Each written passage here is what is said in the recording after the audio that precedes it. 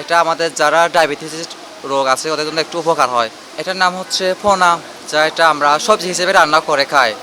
যেমন তারা কীভাবে রান্না করবো এবং উপকারিতা বলতে এটা আমাদের যারা ডায়াবেটিস রোগ আছে ওদের জন্য একটু উপকার হয়। এটা রান্না করার নিয়ম হচ্ছে যে প্রথমে আগুনে পুড়তে হবে, আগুনে পোড়ার পর দেওয়ার পরে তারপরে সবজি মতো পিস পিস করলে রান্না করতে হয়। এটা হচ্ছে আমাদের পার্বত্য জেলায় পাওয়া যায়, রাঙামাটি, বান্দরবান, খাগড়াছড়িতে। আপনারা যেখানে যান বা কেন এখানে পাবেন এটা।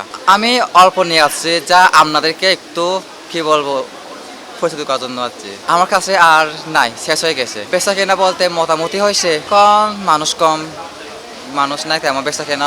তো সকাল টাইমে একটু মানুষ কম থাকে, বিকাল টাইমে একটু হালকা মানুষ বেড়ে যায়, তখন একটু বেচা কেনাটা ভালো হয়ে যায় আর কি। এই জিনিসটার নাম হচ্ছে তারা বলে, আমরা মানে চাকমা ভাষায় বলে তারা আর কি। তো এটা একটা সবজি।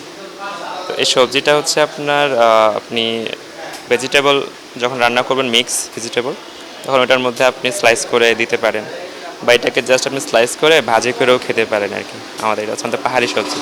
এটা হচ্ছে, এটা সবাই চিনেন না, এটা বাঁশকরোল বলে, হ্যাঁ, এটা ব্যাম্বো শুট। তো এটা হচ্ছে আপনার এক প্রকার আলুর মতো সব তরকারিতে ইউজ করা যায় এটা। এটা আপনি যদি চান যে মুরগিতে দিবেন এটাও করতে পারেন, যদি চান যে মাছে দিবেন এটাও করতে পারেন, যদি শুধু এটা রান্না করবেন এটাও করতে পারেন। এটা মানে সব তরকারির সাথে যাবে।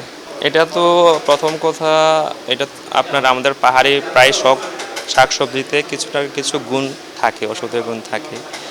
আর এটা অবশ্যই আপনার খুব স্বাদের কারণে আমরা তো সবচেয়ে বেশি পছন্দ করি।